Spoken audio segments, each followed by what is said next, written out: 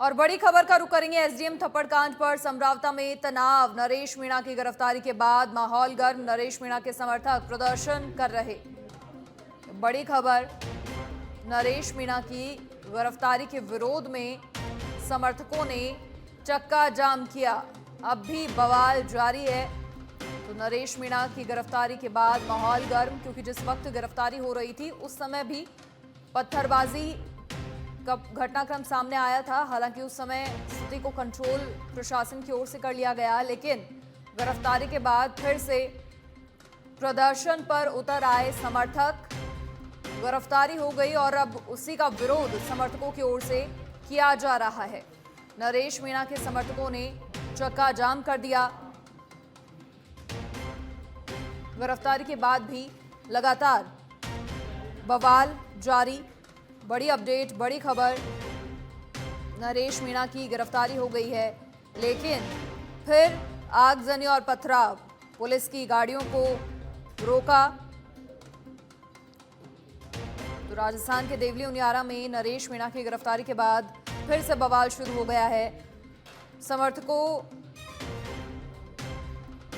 ने पुलिस की गाड़ियों को रोकने की कोशिश में चक्का जाम किया। देवली उनियारा के समरावता गांव की सड़क पर टायर भी जलाए गए।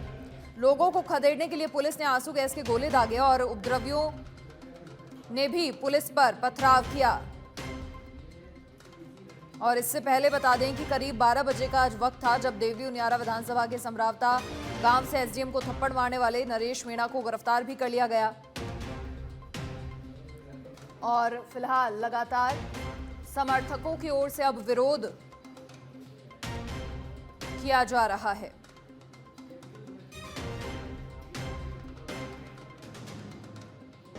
तो एसडीएम थप्पड़ कांड पर समरावता में हुआ तनाव अभी भी खत्म होने का नाम नहीं ले रहा है।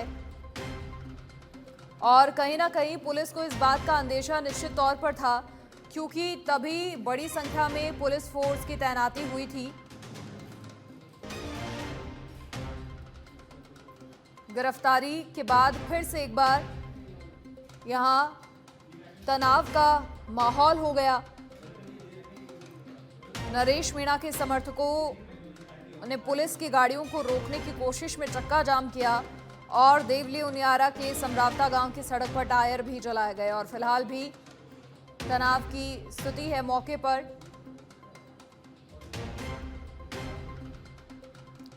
सड़क पर समर्थकों ने आगजनी की। पुलिस ने आंसू गैस के गोले छोड़े।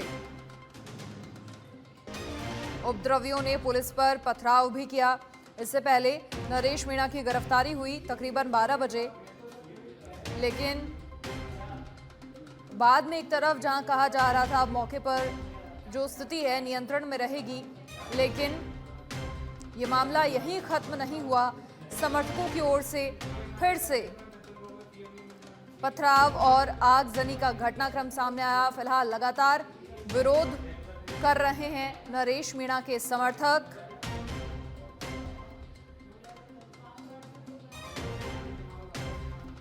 तो कल का ये घटनाक्रम और इसकी गूंज पूरे देश में कहीं ना कहीं पहुंच गई है। पूरे देश में चर्चाएं हो रही हैं इस पूरे घटनाक्रम की। और अब नरेश मीणा की गिरफ्तारी हो गई। भारी पुलिस बल के साथ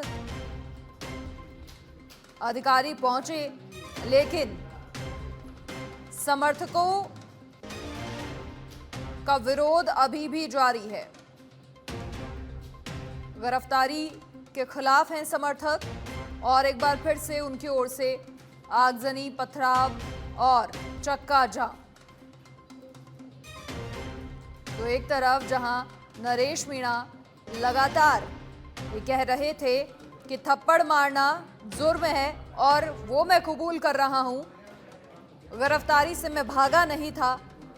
कल रात को हुए घटनाक्रम को लेकर उन्होंने अपनी ओर से काफी प्रतिक्रिया भी दी, लेकिन फिर आज नरेश मीणा की गिरफ्तारी हुई और समर्थकों का विरोध अब तक भी खत्म नहीं हुआ है। नरेश मीणा के समर्थकों ने चक्का जाम कर दिया। पुलिस ने कई प्रदर्शनकारियों को हिरासत में भी लिया। और लगातार पुलिस अब भी कोशिश कर रही है कि पूरा जो मामला है ये ठंडा हो। मौके पर अब भी पुलिस तैनात है और ये पूरी स्थिति अब कंट्रोल हो जाए, इसकी कोशिश लगातार प्रशासन की ओर से की जा रही है।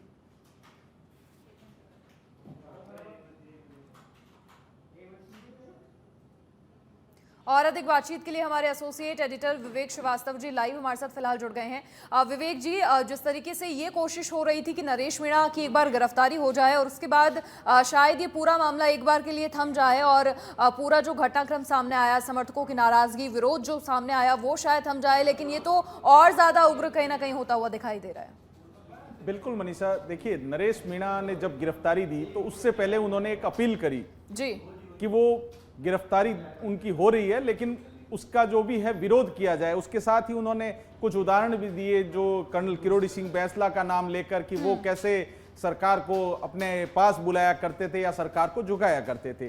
तो वही जो अपील उनकी है वो काम कर रही है। अभी जो हालात हैं वो गांव के आसपास जो हाईवे हैं वहां पे जाम करने का प्रयास किया जा रहा है। हालांकि जो पुलिस है वो तुरंत वहां पहुंच रही है और जाम खोलने का प्रयास कर रही है, लेकिन बड़ी संख्या में युवा विरोध प्रदर्शन में लगातार जुटे हैं और नरेश मीणा की गिरफ्तारी का विरोध कर रहे हैं। वहीं कह सकते हैं कि अभी तक जो शांति बनाने को लेकर कोई प्रयास शुरू नहीं हुए हैं। प्रशासन ने गिरफ्तार जरूर कर लिया है नरेश मीणा को, लेकिन शांति और कानून व्यवस्था बनाने के लिए एक अपील जो होनी चाहिए, जो नेताओं की तरफ से होनी चाहिए या किसी प्रशासनिक अधिकारी की ओर से होनी चाहिए, वो अभी तक वहां नहीं हो पाई है। जी बिल्कुल विवेक जी, क्योंकि देखिए कल देर रात से ये पूरा घटनाक्रम चल रहा है और अभी तक भी शांति व्यवस्था जिसकी बहुत ज़रूरत है इस पूरे मामले में अब लेकिन वो अभी तक कायम नहीं हो पा रही है। ना तो प्रशासन की ओर से ऐसा कोई रुख सामने आ रहा है कि आगे क्या कुछ रहने वाला है। हालांकि नरेश मीणा जो अपना जुर्म कबूल कर रहे थे, लेकिन जो अपील उनकी ओर से की गई, लेकिन अब ये पूरा मामला कैसे थमेगा, क्या कुछ एक्शंस लिए जाने चाहिए? देखिए, जो अनुभव की कमी है वो साफ नजर आ रही है टोंक के जिला प्रशासन में जी, क्योंकि मामला पहले तो इतना पेचीदा था नहीं जितना पेचीदा बना दिया गया।